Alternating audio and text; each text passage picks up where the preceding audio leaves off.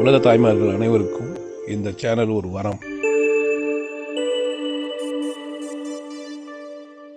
ஆணை நேசி, ஆண் குழந்தைய நீ தான் பெத்தந்த, என்னை பெற்றுக்கிறது யார் தான்? ஒரு அம்மா தான்.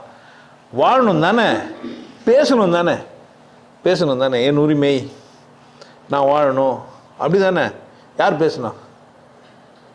ஏன் பேச மாட்டேன்ற? என்ன பிரச்சனை உனக்கு? ஏன் அடிமையாகவே இருக்குது? திறமை ஏன் வளர்த்துக்கூடாது? வசதியாக ஏன் ஆகக்கூடாது? நீ ஏன் படிக்கக்கூடாது? நீ ஏன் இன்னும் பெரியர் ஆகக்கூடாது? நீ ஏன் வேலைக்கு போகக்கூடாது? நீ ஏன் சம்பாதிக்கக்கூடாது? நீ ஏன் கண்டுபிடிக்கக்கூடாது? நீ ஏன் நல்லா இருக்கக்கூடாது?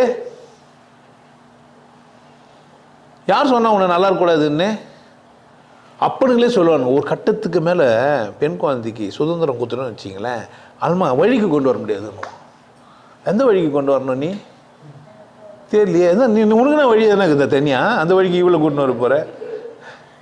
நீயே பாதியில் முடிச்சுன்னு போகிறவன் தானே அப்பனா இருந்தாலும். அதுக்கப்புறமாவும் அந்த குழந்தைக்கு வாழ்க்கை இருக்குது தானே. அப்போ ஒரு நல்ல அப்பனுக்கு பொறுப்பு எது? ஒரு அப்பனுக்கு பெண் குழந்தை எப்படி வளர்க்கணும்? சுயமாக நடக்க, வாழ கற்றுறணும். வேலைக்கு போகிறத விட அவளுக்கு வேலைக்கு போகிற அளவுக்கு பொருளாதார ரீதியான அவளுக்கு விடுதலை வாங்கி கொடுத்துருக்கணும். அதானே அப்பனுக்கு அழகு. அதுதான் பெண் குழந்தை பிறந்த அப்பனுக்கு அழகு. பெண்ணுக்கே அழகு எது? அப்பாவையும் காப்பாற்றுறவளுக்கு வசதியாக வருது யாரோட வேலை? ஆண் தான் காப்பாற்றணும்னு யார் சொன்னான்? குடும்பத்தில் ஆண் தான் காப்பாற்றணும். ஏன்னா தலையெத்துறதா? பெண் காப்பாற்றக்கூடாதா? காப்பாற்றலாமா காப்பாற்றக்கூடாதா? ஏன் வளமாக வச்சுக்கூடாது அப்பாவை?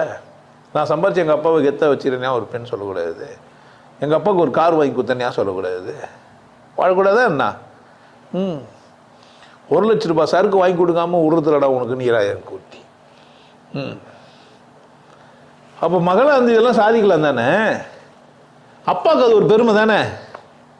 அப்பாவுக்கு பெருமை தானே. ஏன் இந்த இந்திய ஆண்கள் அப்படிங்கிறானுங்க? என்ன பிரச்சனை உங்களுக்கு? எங்கேருந்து வந்தது உங்களுக்கு பயம்? நீங்கள் அந்த மாதிரி அடிமையாகவே இருந்து கலாச்சாரன்ற பேரில் நீங்கள் என்ன ஆகிட்டுக்கிறீங்க? ஆணாக இருந்தாலும் பெண்ணாக இருந்தாலுமே பெண்ணை ஆண் மதிக்கிறது இல்லைன்னா அந்த பெண் எப்படி வளமாக ஆகுவா? அப்பாவாக இருந்து கூட நீ மதிக்கலைன்னா, அண்ணனாக இருந்தால் அடுக்கிற, அப்பாவாக இருந்தால் அடுக்கிற, இன்னும் ஒரு ஸ்டெப் மேலே போய் புள்ளையாக இருந்தாலும் அடுக்குவான்.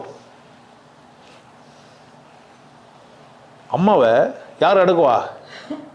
புள்ள அடுக்குவான். மரியாதை இருக்காது. அம்மாங்களுக்கு மரியாதை கிடையாது ஆண் குழந்தைங்க கிட்ட.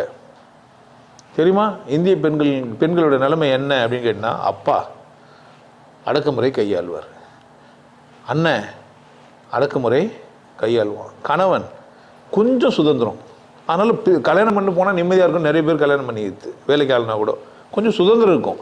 ஆனால் அவனை என்ன தான் பண்ணுவான்? பரவாயில்லன்ற மாதிரி இருப்பான். கணவன் மட்டும் கொஞ்சம் கொஞ்சம் அவனாண்ட சேர்ந்து கிட்ட போட்டு திராணி பண்ணி கொஞ்சம் போயிச்சிக்கலாம்.